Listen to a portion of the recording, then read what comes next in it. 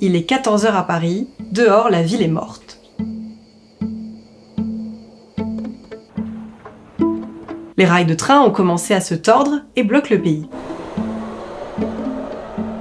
Les écoles sont fermées depuis des semaines et le pire, c'est que les nuits ne permettent pas à ton corps de récupérer.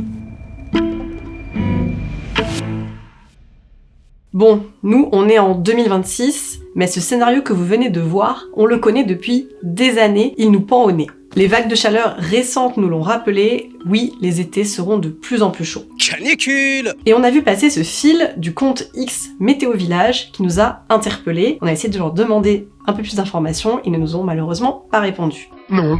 Ce qui est intéressant, c'est qu'ils modélisent un aperçu terrifiant de nos futures canicules. Alors, chez Numérama, on s'est posé une question toute simple. À quoi ressemblera vraiment notre vie en 2050 ? Cette vidéo, c'est un peu une capsule temporelle adressée à votre futur vous. Moi! Pour comprendre ce qui nous attend dans 24 ans, on a interviewé Pascal You. Il est directeur de recherche au laboratoire des sciences du climat et de l'environnement. Il s'intéresse particulièrement aux événements climatiques extrêmes comme les vagues de chaleur. En gros, c'est le mieux placé pour nous expliquer ce qu'on va vivre dans les prochaines décennies. C'est-à-dire qu'un été comme celui de 2003, qui était exceptionnel. Partout, le thermomètre dépassera les 35 degrés. La température frôle 40 degrés à l'ombre. On prévoit de 38 à 40 dans le sud, entre 41 et 43 même dans le sud-ouest. Un record, un monstre, eh bien, devient presque l'équivalent d'un été frais à la fin du XXIe siècle. Bon, ça met dans l'ambiance. Alors, comment on en est arrivé là ? Comment notre quotidien, nos transports, nos logements, nos assiettes vont basculer d'ici aux prochaines décennies. Installez-vous confortablement parce que vous allez voir que le plus grand danger de 2050, ce n'est pas du tout celui auquel vous pensez. Le futur. Ces incendies qui vont être alimentés sans nul doute par la canicule qui va encore s'étendre. Le corps humain n'est pas fait pour supporter ce genre de température. L'herbe est complètement desséchée. Le monde est à feu et à sang. Donc les gens vont être contents d'être morts dans des bâtiments historiques, n'empêche qu'ils vont mourir. Pour comprendre comment on bascule dans ce futur chaud, très chaud, il faut d'abord comprendre comment on mesure une canicule. Aujourd'hui, en 2026, quand on parle de vagues de chaleur au niveau national, Météo France utilise l'indicateur thermique national. Mais pour déclencher une alerte canicule chez vous, l'organisme regarde si la température de votre département refuse de descendre. Par exemple, sous les 23 degrés la nuit, pendant au moins 3 jours consécutifs. Et j'insiste sur le fait qu'on parle de la température moyenne quotidienne, donc qui est la moyenne de la température entre la nuit et le jour. Donc 23 degrés, ça n'a pas l'air spectaculaire parce que la nuit il fait beaucoup plus froid ou moins chaud que pendant la journée. Donc ça n'exclut pas qu'on puisse avoir des températures très chaudes la journée, mais si elles sont fraîches la nuit, on peut ne pas dépasser ce seuil. Vous avez compris ? Pour obtenir une moyenne de 23 degrés sur 24 heures, alors qu'il fait 38 degrés en plein après-midi, il faut obligatoirement que la nuit soit fraîche. Parce que la nuit fraîche, c'est ce qui permet à votre corps de récupérer, mais ça, on en parlera plus tard. Mais si la nuit se transforme en ce qu'on appelle une nuit tropicale, où le thermomètre ne descend jamais sous les 20 degrés, ça complique beaucoup cette récupération. Et c'est exactement ce qui est en train de se passer. On bat des records absolus de température minimale. À Paris, à la mi-juin 2026, on a eu des nuits où le thermomètre n'est jamais descendu sous les 24 degrés. Et plus le temps passe, plus ce qu'on appelait une canicule est en train de devenir notre simple norme estivale. Il est pratiquement inévitable d'avoir à redéfinir ce qui est exceptionnel par rapport à ce qui est normal. On est certainement amené à redéfinir ce qu'est l'événement extrême. Plus le temps passe, plus la température de la planète augmente, plus finalement ce qu'on définit comme étant une canicule, donc un événement exceptionnel, devient presque la norme. Donc ça, c'est sans doute inévitable. This is fine. Alors, jusqu'où ça peut monter ? Aujourd'hui, quand le thermomètre touche les 40 degrés, c'est la panique. Et c'est normal. Dans un monde plus froid ou dans un monde plus chaud, 40 degrés, c'est une vigilance rouge, tout simplement parce que y a un risque pour la santé. Ok, donc à 40 degrés, on sera déjà en vigilance rouge. Sauf qu'en 2050, le vrai sujet, ce n'est plus 40 degrés, c'est 50 degrés. Oui, 50 degrés. On a eu ce genre de température en Colombie-Britannique en juin 2021. Le thermomètre a dépassé les 49 degrés pendant 2 jours. La Colombie-Britannique, c'est la latitude de la France. Des conditions climatiques qui pourraient être considérées comme comparables, sauf que nous, on l'a pas eu, eux l'ont eu. Enfin, la chance ou la malchance, ça a été un désastre pour cet endroit. It has been extremely hot, temperatures very challenging, a new all-time record of 49.5 degrees Celsius. Mais 49 degrés, c'est un cran au-dessus, un très gros cran au-dessus du précédent record, et il se trouve que c'est possible. C'est physiquement possible, même à l'heure actuelle, et on se rend compte que dès 2050, si la température planétaire dépasse une augmentation de 2 degrés par rapport à l'ère pré-industrielle, on parle plus de périodes de retour d'un million, 1 million d'années ou 1 milliard d'années, là on parle de périodes de retour qui sont tous les 10 ans. Un été comme celui de 2003, qui était exceptionnel, un record, un monstre, eh bien devient presque l'équivalent d'un été frais à la fin du XXIe siècle. En gros, on ne parle plus d'un événement qui arriverait une fois par siècle, on parle de vagues de chaleur majeures qui vont revenir tous les 10 ans dès 2050. C'est là que la phrase de Pascal You prend tout son sens. À la fin de ce siècle, si on ne fait rien, un été comme celui de 2003 qui a été un traumatisme national et qui a fait entre 15 000 et 20 000 morts sera littéralement considéré comme un été frais. Je ne sais pas si on a déjà eu une carte aussi chaude, de façon homogène, sur la France. Les températures ont atteint 43,8 degrés en Vendée et dans les Landes.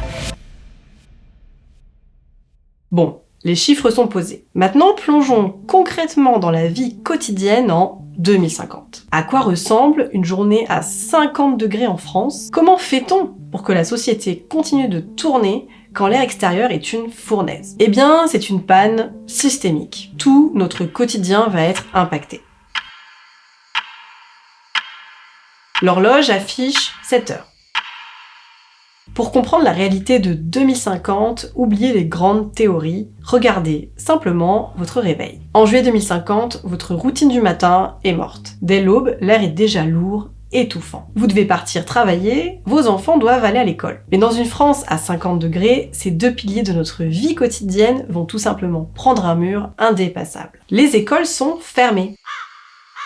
Les vagues de chaleur s'enchaînent alors que l'année scolaire n'est même pas terminée. Nos écoles actuelles ne sont absolument pas conçues pour ça. On se retrouve obligé de renvoyer les enfants chez eux, à la maison. Mais le pire, c'est le moment des examens. On sait qu'on a une grosse baisse de concentration dès que la température dépasse un certain seuil, dès qu'on est la température extérieure est proche de la température corporelle, il est impossible de réfléchir raisonnablement. Donc, ce qui veut dire que les jeunes qui passent des examens à l'heure actuelle, en fait, sont vraiment pénalisés. Enfin, c'est ça qui est terrible, c'est que vous travaillez toute l'année pour passer un examen, et puis le jour de l'examen, il vous est physiologiquement impossible de réfléchir. Ça peut être un désastre. Donc, c'est pour ça qu'il faut repenser l'école, alors, les bâtiments, et puis l'organisation des examens.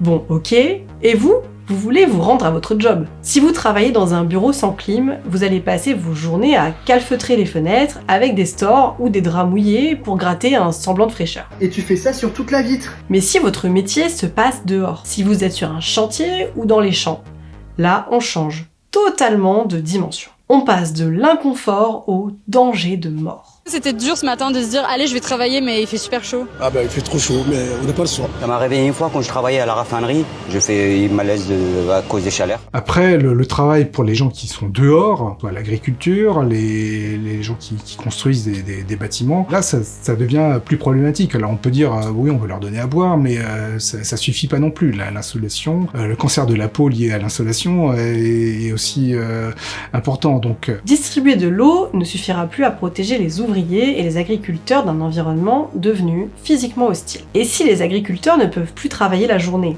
Le vrai drame de 2050, c'est ce qui va arriver directement dans votre assiette. Midi. En 2050, être soumis à de telles températures mettra à mal notre modèle agricole. La sécheresse des sols, c'est une condamnation à mort pour notre modèle agricole. Et ça se répercute directement dans nos assiettes. Voilà, donc ici c'est le parc des vaches laitières normalement. Ces 7 hectares de prairies sont complètement à sec. En 2050, les sécheresses prolongées et les pointes à 50 degrés menacent directement les rendements des cultures de base en France. Les longues canicules vont forcer une transition radicale vers des agricultures moins gourmandes en eau. Le blé, le maïs, les pommes de terre, les bases même de notre alimentation, ne sont pas programmées pour survivre à ça. Les plantes meurent sur pied. Nos rendements nationaux s'effondrent.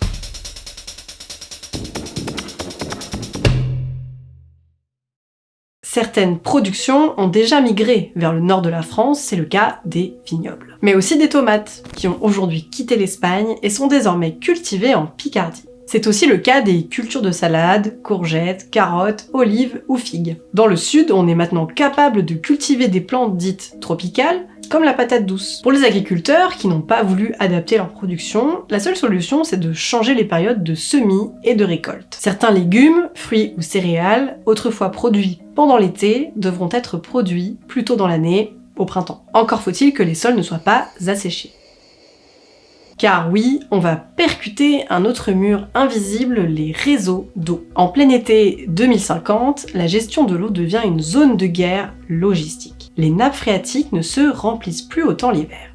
Les longues périodes de sécheresse rendent le sol de plus en plus étanche, il n'absorbe plus l'eau. Conséquence, des inondations multipliées, des nappes qui se vident sans se remplir. L'eau est devenue très restreinte dans certaines régions. Les éleveurs, eux, n'ont pas la vie facile. La chaleur met les animaux, notamment les bovins, en état de stress pendant l'été. Et les conséquences de ce stress sont dramatiques. Les produits issus de l'élevage, comme le lait, sont en chute, les animaux peinent à se reproduire et leur santé se dégrade. Au final, que reste-t-il dans nos assiettes? La viande et les produits laitiers sont devenus des denrées rares, les céréales issues de l'agriculture française aussi. Face à la flambée des prix, beaucoup se sont résolus à devenir végétariens.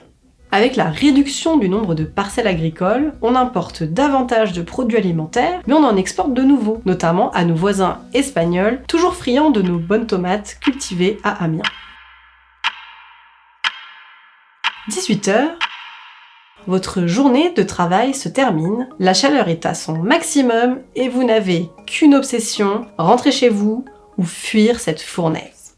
C'est le moment où vous découvrez que vous êtes pris au piège. Notre réseau de transport n'est pas taillé pour le futur. On voit que les rails sont susceptibles de se dilater, donc rendre impossible le transport lui-même. J'ai en mémoire ce qui s'est passé en 2019, donc fin juin 2019, il y a eu une grosse canicule en France et beaucoup de trains ont été annulés. Les seuls moyens de transport à longue distance ou moyenne distance qui fonctionnaient, c'était l'avion. Mais l'avion est quand même un des contributeurs du problème. Donc là, on est dans un problème qui est très difficile à résoudre. Il y a un problème d'ingénierie pour pouvoir permettre à la France, au monde même, de continuer à fonctionner, parce qu'on a besoin de se déplacer, ne serait-ce que de son lieu de travail à chez soi. Vous voilà coincé, obligé de rentrer par vos propres moyens dans une ville qui étouffe. 20h. Vous arrivez enfin chez vous. Vous fermez la porte et vous vous dites « Enfin, j'échappe à la chaleur ». Eh bien, c'est faux. En 2050, votre logement peut devenir votre pire ennemi. Le logement, ça dépend de l'endroit où on se trouve. Évidemment, si on se trouve dans une ville comme Paris, une vue aérienne de Paris, quelle est la couleur des toits de Paris? C'est plutôt gris, les toitures de Paris sont essentiellement en zinc, et c'est classé, c'est-à-dire qu'on ne peut pas le changer, à moins de changer le PLU, le plan local d'urbanisation, qui doit être voté et qui nécessite énormément de choses. Alors, il y a des gens qui y travaillent, sauf que, par défaut, on ne peut pas changer l'aspect de Paris, et l'aspect de Paris fait que tous les bâtiments de Paris deviennent des fournaises dès qu'il fait chaud. Donc les gens vont être contents d'être morts dans des bâtiments historiques, mais n'empêche qu'ils vont mourir. Okay. Si on n'est pas capable de changer ça, donc l'aspect des villes, faire en sorte que les villes n'absorbent pas la chaleur aussi facilement, donc c'est lié à la couleur des toits, tout simplement. On pourrait végétaliser les toits. Il y a plein d'autres moyens de faire les choses, faire en sorte qu'une ville retienne l'eau. Quand une ville est capable de retenir l'eau qui est tombée au printemps ou à l'hiver, en fait, l'eau en s'évaporant refroidit la température. Donc ça c'est un constat physique immédiat. 3h du matin. Vous essayez de dormir, mais le thermomètre refuse de descendre sous les 25 degrés. Votre corps transpire, votre cœur bat trop vite. Et voilà, vous venez de traverser 24 heures en 2050. L'école, le travail, l'alimentation, les transports, le logement, tout notre quotidien s'est pris le mur de nos propres limites physiques. Et c'est là, au milieu de cette nuit étouffante, que vous comprenez la vérité la plus terrifiante de cette crise. Notre machine biologique n'est tout simplement pas programmée pour supporter ça. Face à ce scénario à 50 degrés, il y aura toujours des discours rassurants. Des voix pour nous dire « C'est bon, l'être humain est résilient, on s'adaptera biologiquement. Regardez ceux qui vivent déjà dans le désert. » C'est faux. Notre corps n'est pas une machine programmable. Pour résister à ce qui nous attend d'ici aux 24 prochaines années, il ne faudrait pas juste de la volonté. Physiologiquement, on ne peut pas s'habituer. Le corps humain n'est pas fait pour supporter ce genre de température, et surtout des températures nocturnes supérieures à 20 degrés sont dangereuses pour la santé parce qu'on ne récupère pas. Donc on sera toujours surpris, mais pas dans le sens où on ne pouvait pas le prévoir. On sera surpris parce que c'est dangereux et c'est un choc pour le corps humain. Alors, on vous voit dans les commentaires, certains diront « Mais regardez, les pays modernes qui subissent déjà ces étés étouffants, comme le Japon, ils s'en sortent très bien !» Si vous allez dans des pays comme le Japon, l'été, à l'heure actuelle, il fait 35 degrés, on a déjà vu ça, sauf que l'humidité est de 90%. Et donc les gens ne vivent pas dehors. C'est impossible. Évidemment, leur ADN ne s'est pas adapté, physiologiquement c'est toujours les mêmes, et ils souffrent toujours. Ils ont juste adapté leur bâtiment, donc ils ont une consommation électrique faramineuse, mais ça, c'est pas l'être humain qui s'adapte, c'est plutôt le bâtiment qui va s'adapter, et il faut accepter finalement de vivre de manière très, très inconfortable quand ce genre de choses arrive. Et en France, la climatisation n'est pas aussi développée qu'au Japon. En France, la climatisation, c'est un sujet qui fait débat. Ça tombe bien, on vient juste de sortir sur Numérama une vidéo sur ce sujet. En Europe, le vrai danger de 2050, ce n'est pas seulement le pic absolu à 50 degrés sur une journée. C'est la récurrence. Le fait que les vagues de chaleur s'enchaînent sans vous laisser le moindre répit, sans que le thermomètre ne baisse la nuit. Et là, la machine biologique lâche, le danger principal, c'est de ne pas pouvoir récupérer. Si les températures nocturnes ne baissent pas, en fait, le corps s'épuise. Pour les jeunes, ils peuvent récupérer assez rapidement, mais pour les personnes les plus âgées, en fait, une période de répit peut ne pas être suffisante pour la vague de chaleur suivante. Et plus les personnes sont âgées, plus cette période de répit doit être longue, et le risque est tout à fait là. C'est l'absence ou la durée trop faible d'une période de répit. Parce qu'à chaque fois, le corps humain, en fait, s'ouvre de plus en plus, et si on n'a pas le temps de récupérer, ça crée une mortalité donc supplémentaire. Donc on ajoute les morts à chaque fois. Nos organes s'épuisent vague après vague sans jamais pouvoir revenir à leur état normal. C'est une usure à petit feu. Et quand ce mur biologique cède, quand le corps passe en état d'hyperthermie critique, il n'y a plus qu'un seul dernier rempart, les hôpitaux. Le problème, c'est qu'en 2050, nos services de santé vont devoir se préparer à un afflux massif de patients en hyperthermie. Alors les hôpitaux, oui, doivent être prêts à recevoir plus de monde, donc ça c'est un gros problème de l'assistance publique à l'heure actuelle, et surtout ils doivent être conçus pour donc recevoir des gens en hyperthermie et pouvoir les refroidir. Donc il y a beaucoup d'hôpitaux pour lesquels il n'y a pas de climatisation adéquate. On a entendu parler de cet hôpital près de Nantes qui n'avait pas de climatisation, où seules quelques pièces étaient climatisées, et là c'est un problème. Si on doit favoriser la climatisation, c'est en priorité pour les hôpitaux. Après, il y a d'autres endroits communs qui peuvent être climatisés, mais un hôpital sans climatisation, ça risque d'être plus dangereux pour les gens qui s'y trouvent que chez eux. C'est ici que cette capsule temporelle cesse d'être une simple liste de données scientifiques. C'est le moment exact où l'histoire devient intime. En 2050, Pascal Yu aura plus de 80 ans. Il sera là, mais beaucoup plus âgé, et il fera partie de cette population vulnérable qui risque d'en souffrir de plein fouet. Ses propres prévisions, il va devoir les vivre. Et vous, quel âge aurez-vous en 2050 ? J'ai 56 ans. Bientôt, ces personnes âgées, ce sera nous, que ce soit en 2050, en 2060 ou même en 2080, parce que ça n'ira pas en s'arrangeant. This is not fine! Il y a beaucoup de gens qui ont de l'éco-anxiété, qui sont angoissés par toutes ces choses. Ce que j'ai envie de dire, c'est que rien n'est perdu. Enfin, on peut limiter l'effet du changement climatique, on peut limiter les trajectoires. Notre été 2050 ne se décidera pas en 2050. Il se décide aujourd'hui, en 2026.